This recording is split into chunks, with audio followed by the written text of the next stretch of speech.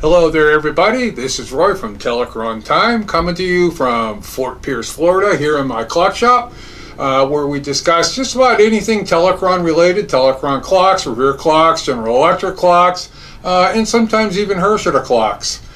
Today, this is just a really impromptu video. I just wanted to show you a couple of things on a clock that I just finished, so let's get started.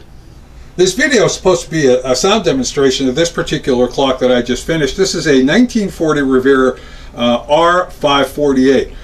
It is quite a rare clock, and yeah, we're going to be getting that sound demonstration momentarily, but this was just an opportunity that I'll probably never come again in my lifetime, is I have not one but two of these clocks side by side to show you. This particular clock is the 1939 version, okay, and this belongs to a gentleman by the name of Joel out of Minnesota. Both of these clocks are just absolutely beautiful. Now the difference is that when I received Joel's clock, it was very well preserved and in very, very nice condition before I started to work on it. This particular clock, well, it was a total basket case. So I did have to put a lot of work into this clock, but again, you can take a look at it. It's just absolutely stunning in its overall appearance. And the sound quality is equally as nice as the clock itself.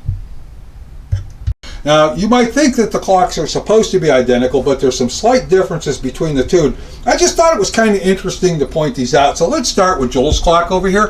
The first thing I want you to notice is the power eye. He's got a nice large open power eye. You could actually see it on there, but on this particular dial here, it's more or less, and this is hard for me to get at, there we go, okay. So it's more or less nothing but a hole, and the problem is it's worthless because the power eye sits so far back inside the case, you need a flashlight and a magnifying glass to see it. But the differences don't stop there. This dial also, take a look at his hands, okay.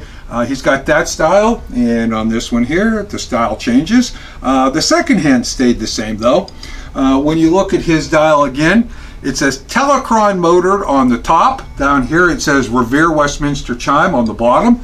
This is totally opposite on the 1940 version. It says Revere on the top, Telechron motored on the bottom. Another interesting feature is that this particular bezel, this is the old style bezel that they used, and anybody who's put one of these bezels on, this is the one where the posts actually go all the way through the clock. You've got to secure it from the back.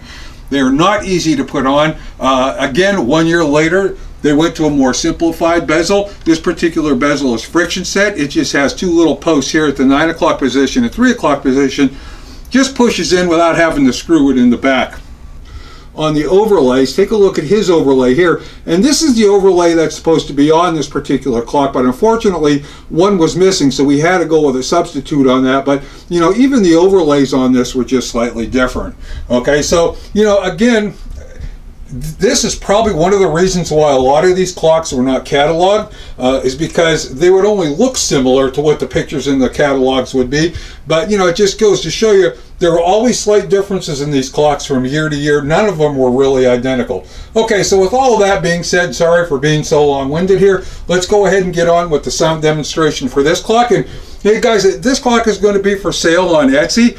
Take a look in the description below if you're interested in it. It'll take you to the link, and I'm going to go ahead and keep this video on YouTube for as long as the clock remains for sale. So thanks for stopping by guys, and we'll see you again on the next video.